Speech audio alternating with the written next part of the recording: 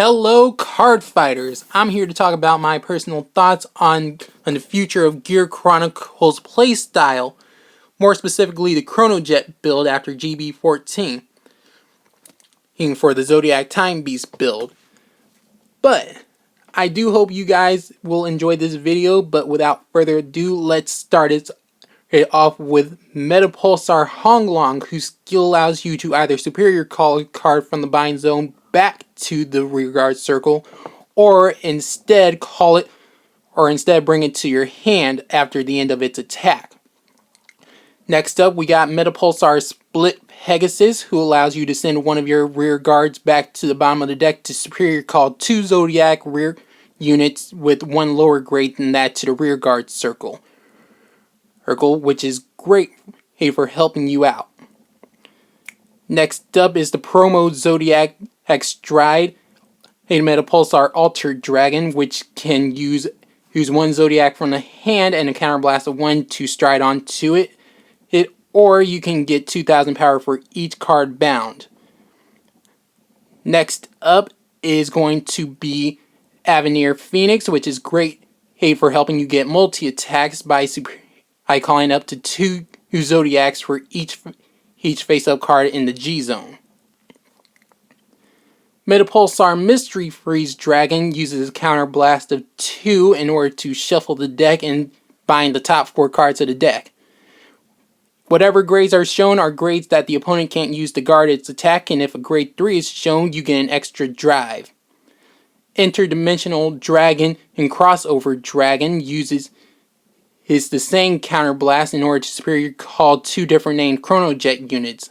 If either Chronojet head attack hits the Vanguard, you can stand this guy. Demiurge, don't question, just listen, I'll explain later. But Demiurge lets you send 12 different named Zodiacs to the drop zone, send 12 cards from the drop zone back to the top of the deck in any order you want, and can't be guarded with grade 1 or higher.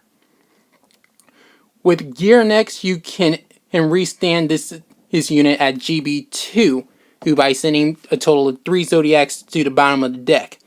Upon its second attack, it gains an extra drive and critical if you reach GB4.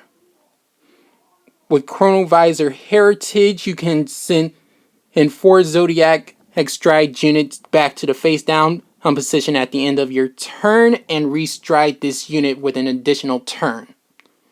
Retroactive Time Maiden Uluru sends 2 units from the drop zone back to the bottom of the deck, 1 normal, 1 trigger unit, in order to gain an extra 5k to the shield. Highbrow Steam Rafana can superior call 1 grade 0 unit from your deck to the rearguard circle and add on another 10,000 to her shield if you actually called something. Next up, you have Highbrow Steam Arlong, who can send 2 different named Chronojet units from the drop zone back to the bottom of the deck in order to add 15,000 to her shield. Next up, you got the new Zodiac G-Guard, which is going to be Pulsar Saber Elishu, who with 1 unit in the bind zone adds 5,000 to the shield, and if there are 5 or more in the bind zone, add another 15,000.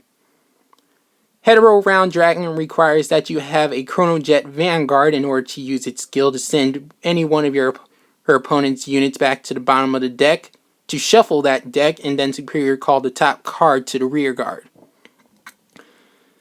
Next up, you got Interdimensional Beast Pandora Chimera, which uses 1 counterblast to do the same thing as Hetero Round, except the only thing that it does is send 1 unit back to the bottom of the deck and nothing else.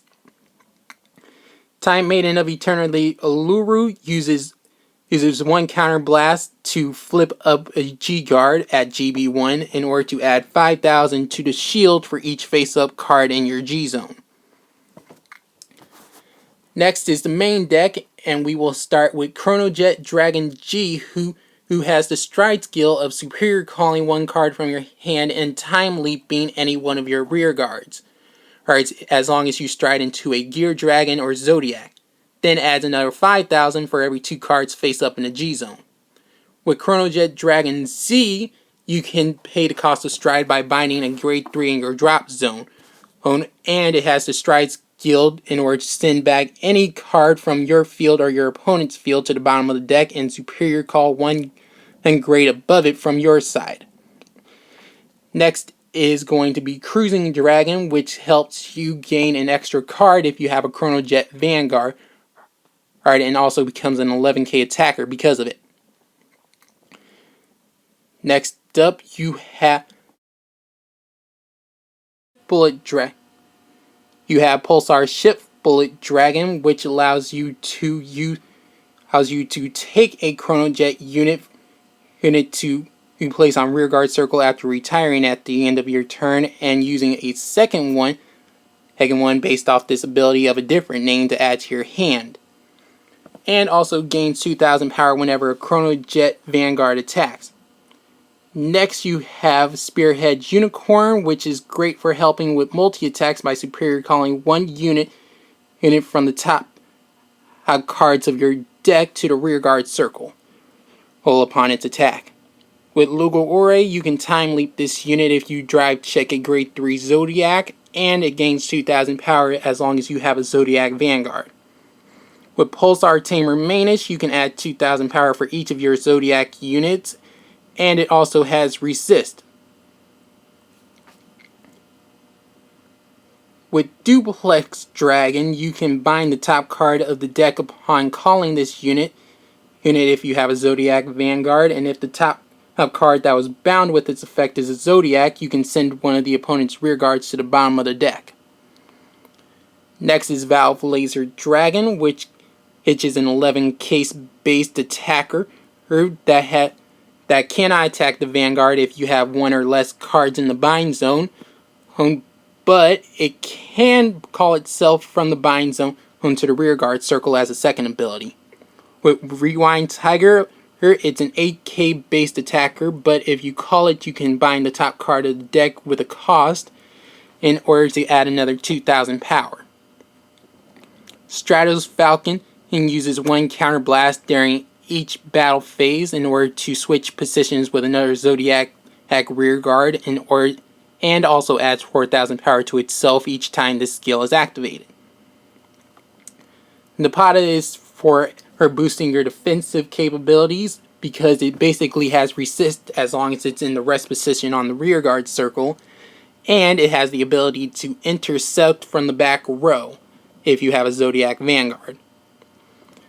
Transit Dragon uses your grade 4 Chronojet head as its one requirement in order to send it to Soul after the end that it boosted one of your units in order to draw a card.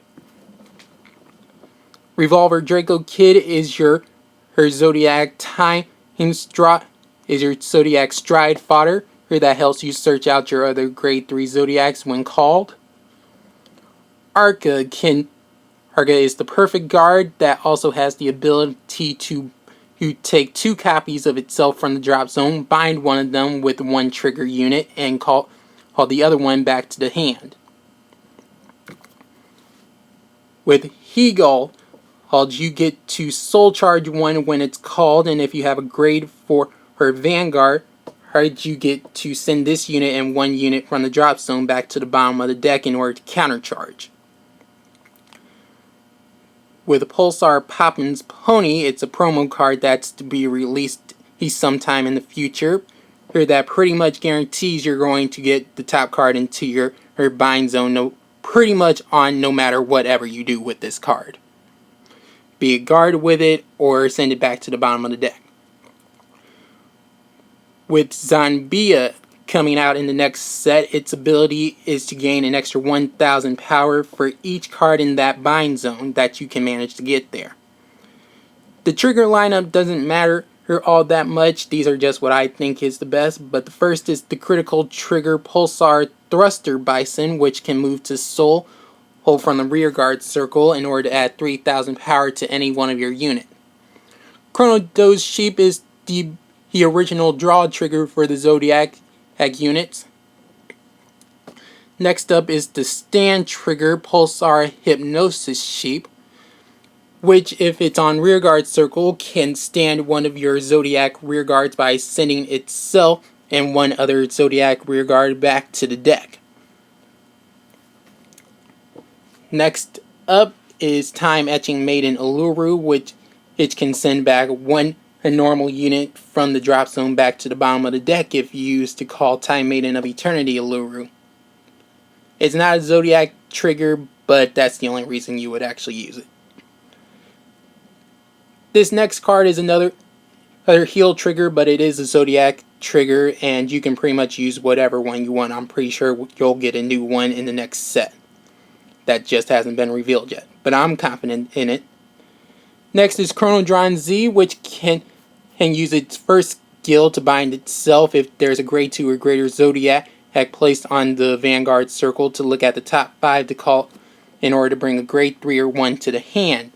If the other skill is GB1, and to discard a card from hand to bring it back to your hand from the bind zone. But that's it. Please leave a like, comment, and subscribe if you enjoyed this video. Oh, and let me know what I can do better next time. Till then, see ya.